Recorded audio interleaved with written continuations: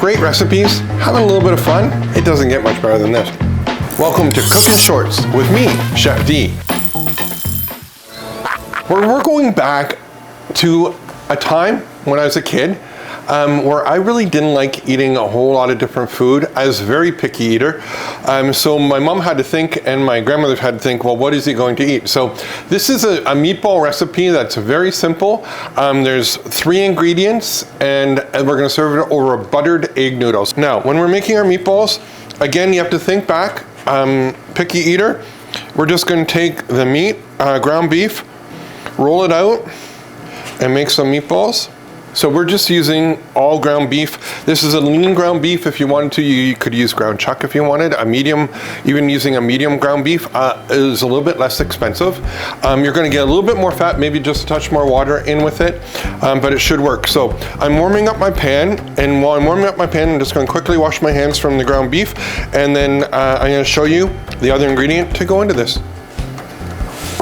We're gonna take 1 onion. Again, slice it up. We're gonna do a nice little dice to it.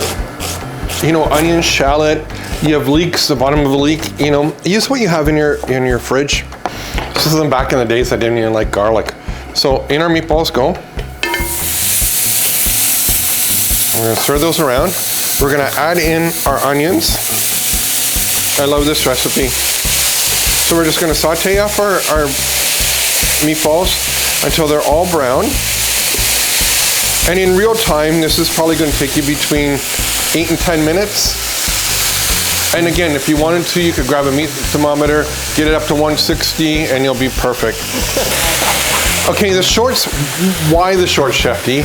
I worked in a place called Weber's in Barrie, and for 7 years I was executive chef there, and we're working in front of a 700-degree barbecue all the time. So if you remember, for those of you who live in Ontario, up north, just north of Barrie, there's a burger place, but they own 2 sit-down restaurants, one in Orillia, one in Barrie, and I was executive chef of both. And the shorts came there, was always wearing shorts in the kitchen, super hot, and this makes total sense to me, right? So then, you know, fast forward, had to do the long pants and chef pants for when I was a corporate chef. And then when we formed ChefD back in 2010, I went, I'm not wearing long pants anymore. It's too hot, I like shorts, and that's how it all came about. And you can see that the meatballs are still holding form. We're just gently browning them off with the onions. And the flavor in here and the smell is fantastic. Now I'm just gonna hit it with a little bit of black pepper, just a touch of salt.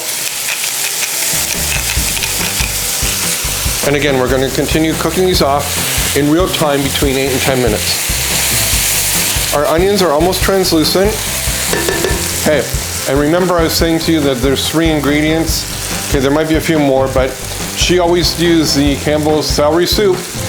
Again, you know, even thinking back, you know, coming home from school, she coming home from work, and trying to do something in 15 minutes, and this is one of the 15-minute recipes. So in goes the Campbell's soup, 2 tins, and if it's too thick, we'll just add a little bit of water to it, stir that in, and we're going to turn this down to medium. Let that simmer out for about 15 minutes. We're gonna get started with our egg noodles. Our water's boiling in the back. These will probably take about 3 to 4 minutes. You don't need, it won't take very long at all. Then we're gonna hit them with some butter, and we're gonna put our sauce over top of it for a great meal of meatballs and noodles. In our egg noodles go. And like I mentioned, it's between 2 and 3 minutes that they're gonna take to cook. We're gonna give them a gentle stir. So our egg noodles are done. We're going to take some butter.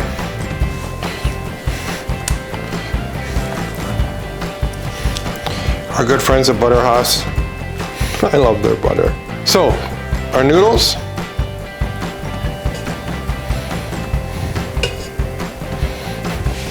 And the reason for the cream of celery was I didn't like mushrooms. I wouldn't eat mushrooms, so that she couldn't even use mushroom soup. Just like I remembered it. Cooking old school, cooking in shorts. Hey, till next time, won't you join me? Home fries. Yes, home fries. And I'm going to use a different ingredient, and you're probably going to look at me. And okay, I'm going to tell you a little bit of a story. I'm at the grocery store this couple years ago, and I'm picking up the canned sliced white potatoes that you're seeing right here, right now. And this person goes, "You're Chef D, you're a chef. Why are you using sliced white potatoes?" Okay. These potatoes make the best home fries. They've already been blanched in water, so all the starch is off from them. You're gonna get that golden brown, and that's what we're looking for. Peter Zotsky, for those of you in my vintage, he used to be a CBC morning man. He wrote a bunch of books, and this is one of his favorite ways to make them as well. So we're gonna take probably about 2 tablespoons of butter. We're gonna put it into our pan. And as the butter's almost done, we're gonna grab our cutting board, we're gonna bring over our peppers and onions. We're gonna gently saute them. Give it a quick stir. And we wanna saute them till the onions become translucent. And this is in real time, probably about 3 minutes. And just start seeing now the onions are becoming translucent.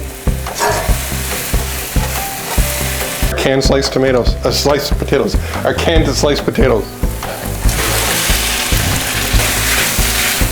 Incorporate the peppers and onions around.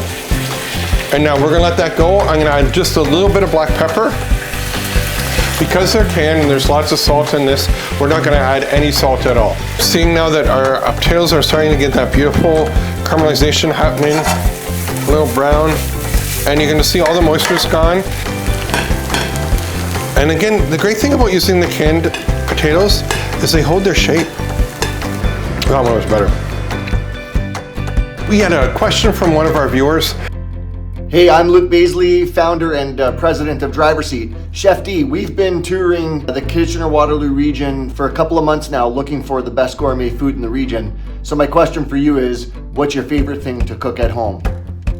Okay, folks, this has taken 40 years. I've tried different combinations and different ways of doing it, but this is truly what I eat at home after a big day in the kitchen. You take a bowl of shreddies,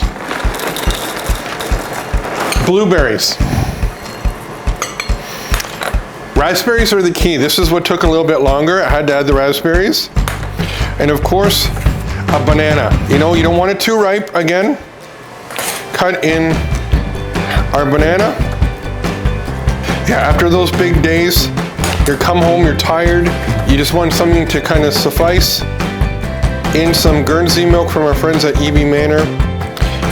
And then we take it.